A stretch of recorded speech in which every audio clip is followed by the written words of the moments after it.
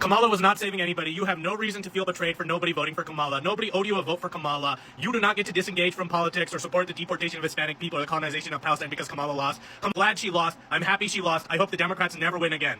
If you were having conversations about whether or not the Palestinians are prejudiced and expecting perfect victims during an act of genocide, you are not helping. You are the problem. I came home the day I met Trump, and I gave my son a MAGA hat, and I said, I guess we're there. And he said, ew. His first words to me were, ew. I said, but Baba, he said he's going to stop the war. And he said, okay, that's it. Give me that hat. We're voting for Trump.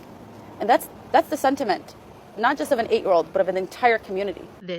I'm a selfish, and I can only think about myself. And why didn't they vote for Kamala in the election? During the trip, it felt like some people were too busy playing oppression Olympics to fully grasp the experiences of Palestinians living in Palestine.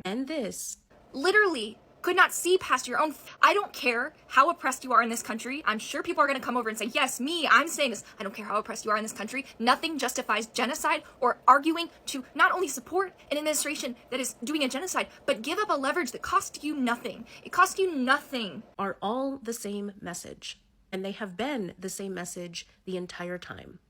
And if you couldn't see how problematic these messages were when they were coming out, you need to reflect on that. And I suggest you reflect offline because you're probably going to feel defensive. You're probably going to be mad. And because you could not recognize the issues in the first place, you're not going to be able to recognize your own anti-Blackness. So I'm telling you, shut up, reflect offline, have those big ass fucking feelings that are going to come out offline, and then maybe craft an apology for whatever the fuck you said back then when you couldn't recognize it, when you couldn't recognize the fucking problem, when it fucking mattered.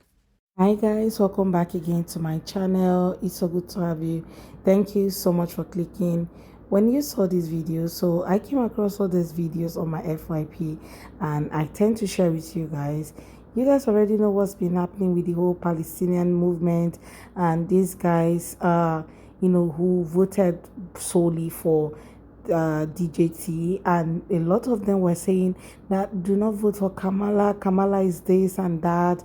She's the reason why they are still having this fight in Gaza and all of that, and how Trump was going to stop the whole war and all that.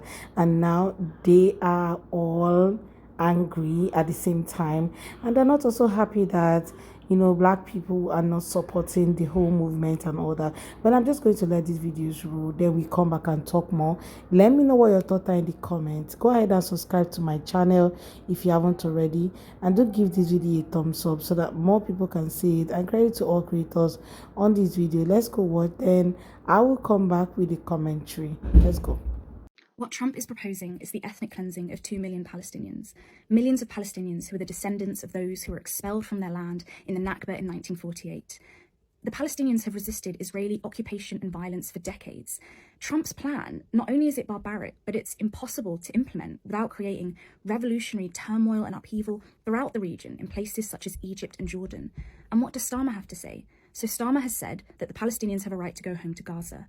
But this means nothing when Starmer said that Israel has the right to cut off food, aid and water, when Starmer has backed Israel from the beginning. Trump's plan, Trump's ethnic cleansing, is the logical conclusion of that. It is the logical conclusion of Starmer and Lamy, who've been the architects of this plan. The old Tory government and the new Labour one have had the exact same policy in regards to US imperialism and Israeli imperialism. And why is that? It's because those interests match up with the interests of what the British capitalist class needs in terms of profits and prestige. Now, a demonstration has been called in central London for the 15th of February. Great. But this is about more than just a demonstration. This is about a fight against their whole system, against imperialism and against capitalism. So we need you to join us in that fight. They don't care about us. You got Black people in Palestine facing racism.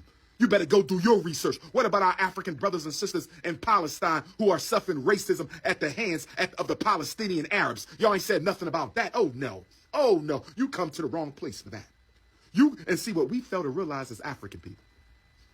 What we fail to realize as African people is when you start paying attention to other people's struggle, you give the whole world permission to ignore your problems.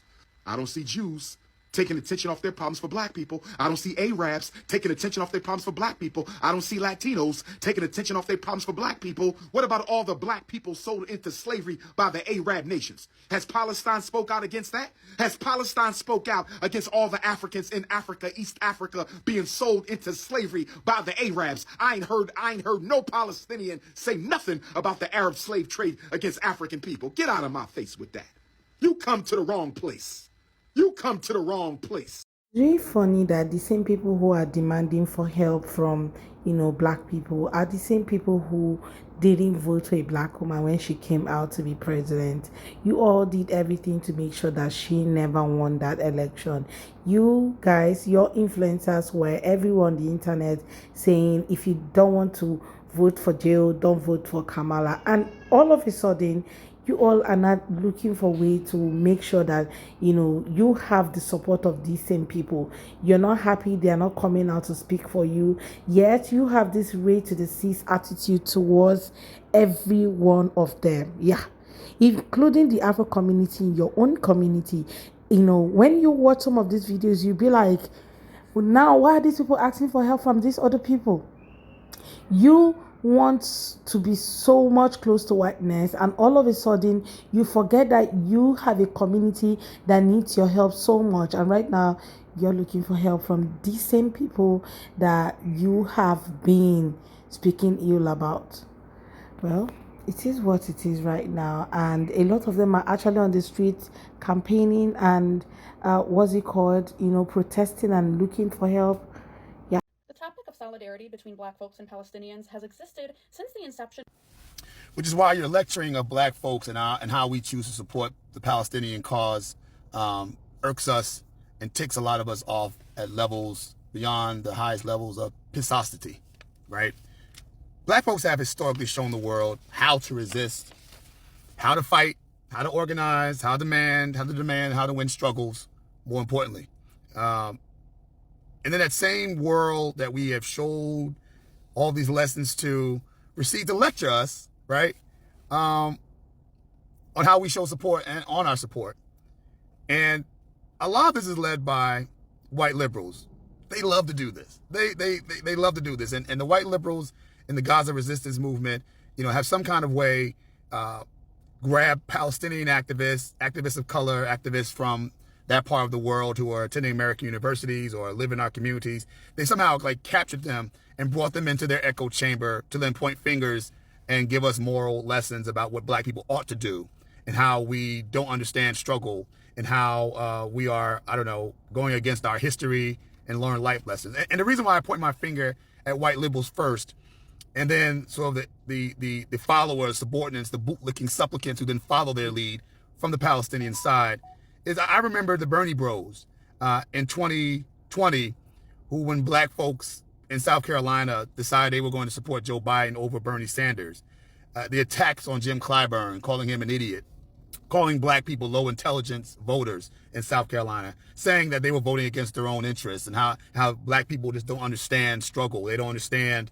that Bernie Sanders was the best candidate for black people. As if we couldn't make this decision up ourselves, that we couldn't decide what was in our best interest, that we couldn't look at the history of both Joe Biden and Bernie Sanders and make an educated decision and choice, but that some kind of way we've been mystified and turned around. It's the same kind of stuff I meet when I meet, white liberals who send their kids to private school or send their kids to all kinds of parochial schools who want to deny choice options for poor parents of color and tell them you have to send your kid to the neighborhood school, even though it's been failing for 60, 70, 80 years. You're not going to have any choices. And there are people who actually get paid and make money from the white liberal side to actually advocate that. They cash those checks and then put that into their account and then write a check from that account to send their own kids to private school or live in communities where the traditional district public schools actually are working because it's a well-to-do community. The hundreds of thousands of dollars they make telling me and my people, you have to send your kids here. It's that elitism. It's that I know better than you. It's follow me and to hell with thee, right?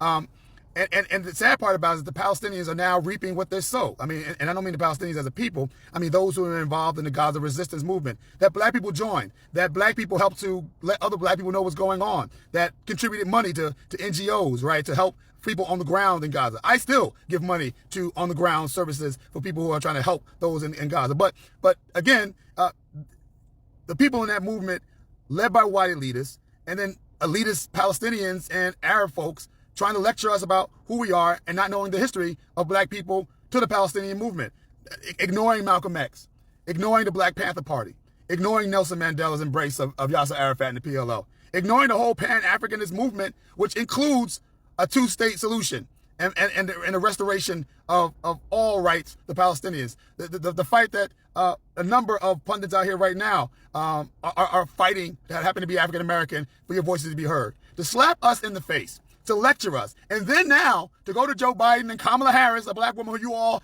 rallied against, disrupted rallies, never did that to Donald Trump, never went to any of his rallies, never went to any of his campaign stops, and did anything of the like. To now then say it is on Joe Biden and Kamala Harris to save us from Donald Trump is laughable. And you are losing allies. I, for one, will continue to give money on the ground to people who need it in Gaza and to NGOs that are helping the situation, but I will not be in any marches. I will not be putting out anything to support this movement. You all don't know politics. You all don't know how to organize. You don't know how to keep your friends with you. You certainly don't understand real politics, and you're reaping what you sow. And I'm sorry to see that it happened, but you didn't teach us a lesson. You just doomed your family, your friends, the people that you seek to represent. You just doomed them to 2 years of basically walking in the wilderness and not having a two-state solution, and basically looking at the prospect of being annexed by Israel. Shame on you. Shame on you. And shame on you for trying to tell us we don't know what we're doing when we actually gave you the blueprint to do what you're doing, and you went against your blueprint, and it's not our fault. And we're not taking the blame for it. Continue to support those in Gaza that are suffering. Continue to call out Hamas, and continue to call out the atrocities of Israel.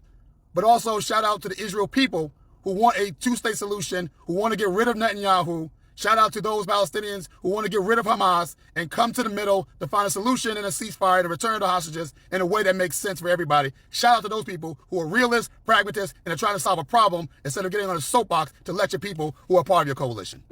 So with all of this, do you think that, when black folks came out and said they are no longer coming out to protest for anybody or coming out to stand in solidarity with anybody and saying they are carrying placards on the street and protesting for anything, do you think that they are wrong? Because these guys has always been out there protesting for people, standing in the gap for every community at all. And when the whole election thing came up, they told you this was going to happen. This is exactly what you should expect. And that's why they're telling you to vote for somebody who has better policies or who has planned, to do better by you guys. But instead of you listening, you decided to spite on their faces. And right now, you are regretting. Not only that, you are not gaslighting them at the same time and trying to make it look like they, do not care or do not have sympathy at all. But there was a time when you were at the, you were, empowered to do everything needful to make sure that every other person is okay, including yourself and your community members. Everybody is okay, making sure that you guys can go for your rallies, you can do your thing, and nobody will come at your door knocking, making sure that Gaza is safe. And this is what everybody's trying to tell you guys. That's what everybody's trying to tell you, telling you that, you made a huge mistake at the end of the day. I know that a lot of people will be like, no, we didn't, right? Some of you might not be able to accept it, but that's what black people are trying to open up your eyes to see. Okay, but even if you don't want to see it, they're also saying, okay, it's okay if you don't want to see it, but it is what it is. Okay, you're going through your moment. Stop trying to gaslight them and saying, oh, black people and Palestinian has always been in solidarity, even when it has always not been so. Well, guys, let me know what your thoughts are in the comments, because I see some of these videos, I'm like, I have to share with my tribe, right? Let's have a conversation in the comment section. What's your thought about these Palestinian people and their find out phase? Let me know what your thoughts are in the comments, and please go ahead and subscribe to my channel if you haven't already. Don't forget to give this video a thumbs up so that more people can see. Thank you so much, guys, for watching. I look forward to seeing you all on my next video. Thank you, and see you on my next. Bye, guys.